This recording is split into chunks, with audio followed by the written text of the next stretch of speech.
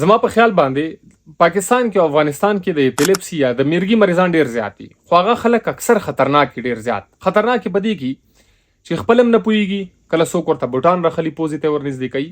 خو زه درته نن ډېرې اسانې طریقې ښیم چې تاسو کله هم ستاسو د مخې څوک راوغورځي، د انسان زړه په دې پې خفه کېږي چې څومره هم د میرګي بیماران دي چې کله راوغورځي نو ته به دا وایي چې بس مړ شو دا انسان، خو حالانکې داسې بالکل هم نه وي. خپل هم لږ څه زده کوئ، دا ستاسو په ښه راځي. که ته ډاکټر یې او که نه هېڅ خبر هم نه دی.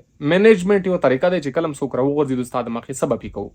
اپیلیپسي باندې دې نه مخکې مې یو ویډیو جوړه کړې وه چې اپیلیپسي د څه شی لګېږي، څنګه د دې وجوهات څه شی دي. هغه که چا هم نه وي لیدلي هغه تاسو لیدلی شئ. خو د اپیلیپسي مریضان چې کله هم راوغورځي دا ولې څو کارونه دي هغه بالکل هم مه کوئ. کم کارونه نه وي کول پکار، لکه جورابې پوزې ته ورنږدې کول، بوټان ورنږدې کول، پوزه پې بندول، هغې باندې اوبه اچول، هغې باندې ساه بندول.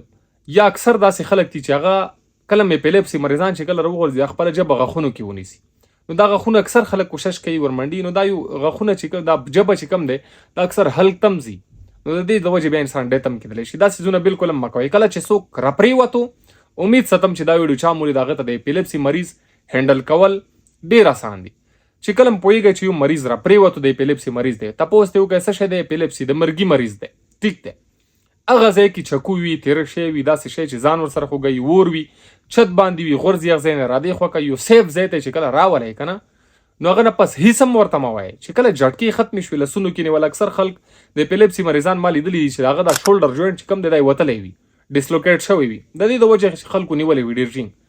پرېږدې دا هېڅ خبره نه دی، دا درونه واله تر 7 منټو پورې دا اکثر وي، هېڅ خبره نه دی.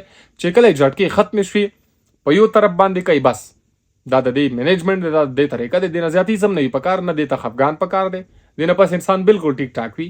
مهرباني.